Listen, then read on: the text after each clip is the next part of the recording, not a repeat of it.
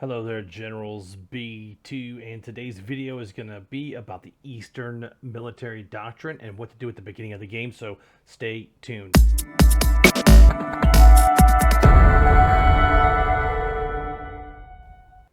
So as you can see, we're going to play this round as Ukraine, and they have an Eastern military doctrine, and so I want to show you a little bit about that, right? So, when you go into the research, it's going to tell you at top what your research is, Eastern. Now, there's a couple of advantages to Eastern that I really like playing, and I'm going to explain those to you really quick, and then kind of show you what the best method is to actually start a game, right? So, right from the beginning, you're going to want to research the motorized troops.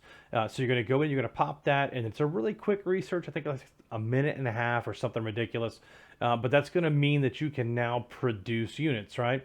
So you're going to come over to your cities.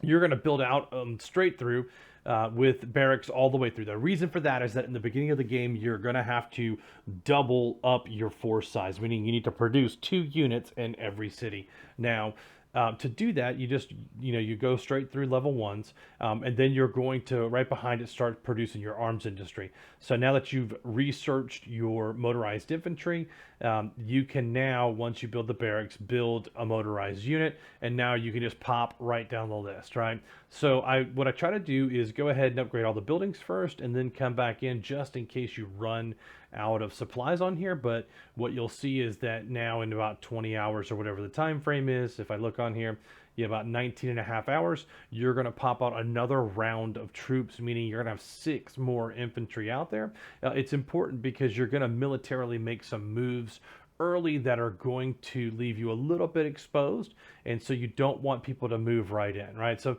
normally you wouldn't want to expose your capital, but I just don't think Russia is doing much. They popped in the game and they're not even building buildings yet, so that's a good sign that they're probably going to be taken out soon. We'll watch on the borders where Mongolia and China are. If they move in, we're going to move in and support that and follow it up with taking some of these other cities on the side, right?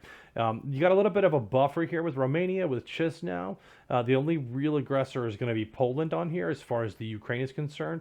And then, of course, Belarus is a coalition member. We were lucky to get 4 coalition members in this area. So we got France way over here, Belarus, but we have Finland and Norway, which I think are going to try to take out Sweden. It looks like they're moving already to do that. So sending extra units around. They're going to cut in on the land here. So pretty solid. I mean, when you have a country that's a squeeze in the middle, you're going to be able to hit it from 2 or 3 different sides with your coalition. It makes complete sense to take them out early, as long as they're not part of a bigger coalition, and they're not. Actually, I think we joined. A lot of people wanted to join in. Yeah, so sorry, Fafa, if you're watching this, bud, hit the Discord, join us. We'd love to get you in some games with some of the community members. So that's it, right? You're going to want your barracks in the front. You're going to follow behind with arms, and the reason for that is to boost production. Now, I'm going to, at the end of the video, talk about like an intermediate, a next level step, kind of if you're taking 101 in college, this would be like the 201. But I want to finish walking you through the beginning of this, right? So the next thing you're going to do on your research is come in and you'll have main battle tanks here. The reason why is that no one is going to have those early. It's just impossible, right? And you're like, B, how can you have infantry, do main battle tanks, and have choppers at the same time? And I'm going to show you this, although I don't want to, because when I show you this trick, it's now going to be used widely, and games that I join, I won't be able to do this. I won't be able to achieve what I need to achieve, but I'm going to show you anyway because that's the type of gamer I am. I want us all to succeed. I want us all to learn the game. You're going to go to the market, you're going to go to rares, and you're going to buy the bottom 2, right? Right now, the lowest one is 17, but in the beginning, I think there's like a 10 and a 12. You can buy those first 2 level of rares and make all the adjustments and still have 163 left, right? So look at everything that I had, right? I went in and researched. I was able to click this, which was 1325. I was able to click this, which was 2,000, and then I was able to get attack, which is 1,450. So you can see if you start with the $2,000, you're gonna have to buy another, like, I don't know, 1,500 or so to get that, and that's what you would do in the market real quick. So hopefully that makes sense. You'll see it in games now, and you'll go like, oh my gosh, I don't know why I didn't do that. That completely makes sense. So let's see who's actually in this game now. I'll see if I know anybody. Maybe Brazil, maybe that name is familiar. So let's see. Yeah. See, I've seen Brazil for actually ranked higher than me. What would be on the lookout? I don't know any other name's Lucky. That sounds familiar, but yeah, rank 19. So let's take a look at let's just walk through the list. Lucky. Actually, I know that person's on our Discord. They're in a different coalition. Good luck to you guys over there on the Americas. Americas. Raugo messaged us. Himiko. Tebru actually is on our Discord as well. That's hilarious. QWERTY, I don't know. Score, no big players. Kill switches with us. SFR, no. OCS. Ifarte. Noobmast. I've heard that name before. Let me see. Rank 3. It's not familiar. Jacques. Look how low. Look how low on the diplomacy. I just don't see anybody else. Yeah, they're with us. Orange Sheep, Mig, Peaky. Yeah, I don't know. I don't see any other big names that I'm worried about right now. But you know that game always changes, right? There's new people. Congratulations, Iran has evolved into Colombia. I don't know. They've had 8 messages on the newspaper so far. Wacky. So if I look at this guy in Russia, I don't think that he's a high ranked player. He's a 9, and he's already looks like he's abandoning the game. So I want to look and check out Romania. I want to see where I'm going to have the hardest problem early game. MiG is an 11, so hopefully that's not like a second account to someone who has been playing the game for a while. And Strogue is, yeah, so I'm pretty lucky. I don't have any major players right near me that are imminently going to come in and raid. And then let's see, Sivo is a 10. Yeah, so I'm pretty excited that no advanced strategies are going to be pulling in here. So I promised to talk about like the next level on here, and so if you notice that you're like, well, B, it takes a level 2 barracks to build this MBT right up here, so it'll tell you that I need an arms industry and an army base too, right? So if you look at my cities now and pop through, you're going to notice that I only have one. So what'll happen is after these arms industry build, I take 2 towns and raise them to level 2. Meaning that I can produce 2 tanks a day, basically. So I'm going to keep a bunch of infantry. They're important early game because when they get hurt, you're going to send them back to your capital. So eventually in Kiev, I will build a hospital, which will not only help with production because of population growth and everything, but I'm going to send my hurt troops back there. The reason why is when they get hurt, I want to fly them home, let them spend a week just chilling at the hospital, heal them up to full strength.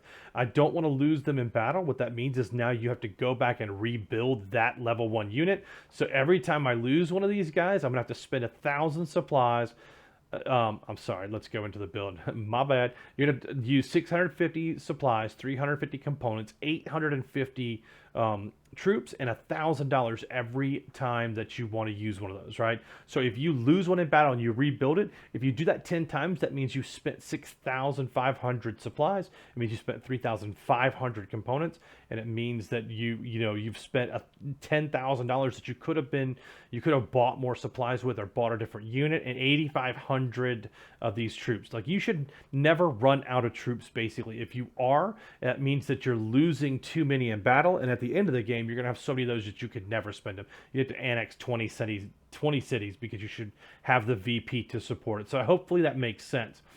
So for me, what I'm looking at as far as city-wise is I don't want it to be a production city that I'm going to rely on for something. So it will probably be a component city. It'll probably be this one in Kharkiv that I raised to level 2. The reason why is that I'm going to have enough components by then to build probably 4 tanks. 2, 3, yeah, because the 61 will go for a day. It'll be about another 1,200 or so. So I'll be able to build 4 tanks, but I'm going to do it over 2 days, right? 2 tanks at a time. So Kharkiv will be one, and I will take the second supply city, the lower, right? So this one has a lower total, 1,360. I'm going to convert this one to a level 2 barracks because I want this one to keep building more arms industries, right? You get how the multiplier is going to work. It's a level 5 city versus a level 4 city.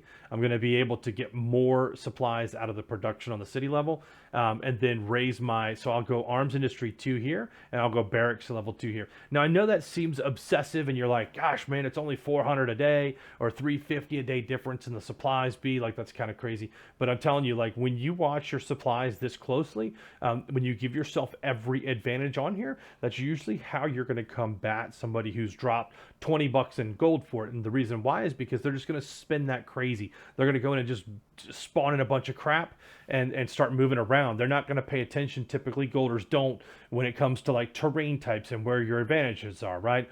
So as you get further down your research here and you hit into like a rocket launcher and you go down to max level, they're going to hit 7s and 7s, right, on here.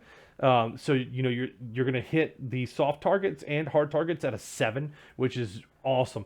You're going to be able to bombard ships off the coast at a 5-5. So if you're in a port city and you end up with 4 rocket launchers on the outside, you're going to be hitting a 22 damage on any ship every time you get a cycle on firing. So every hour on the hour when your troops fire, you're going to do 22 damage on ships that are offshore. That's a huge advantage, a huge advantage. You're also going to take a modifier attack advantage on mountains. So like if you're in Ukraine and you zoom in here, you'll see that there are mountains on the eastern boards here, right? So if you're going to set up a defense, you can set some rockets out here. Now if you have a 4 stack of rockets hitting at a 22, now you're going to have them hitting at like a 28. That's a huge boost, right? So you get that.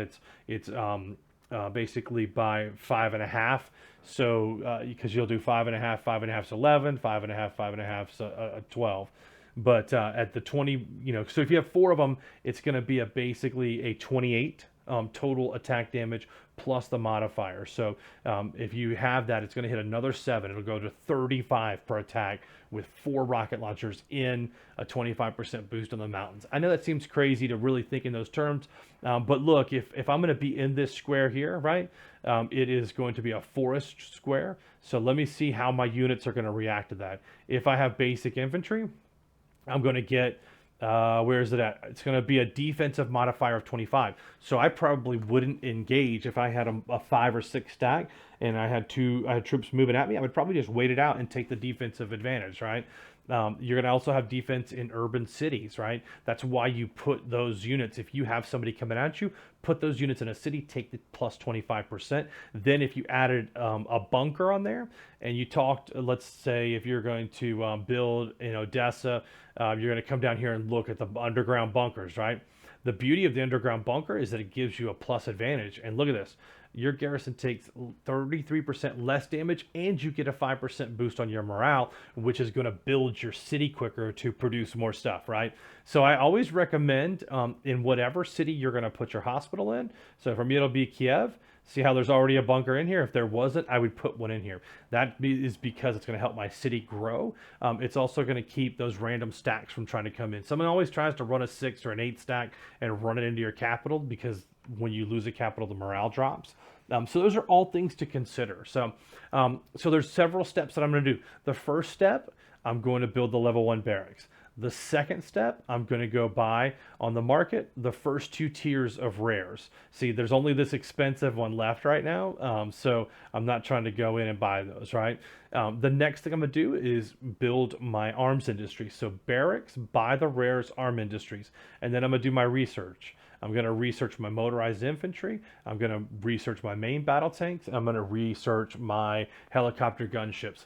Nobody in the early game is really going to have tanks, right? So if you look at some of the other doctrines, they don't get them until like day 2 or day 3.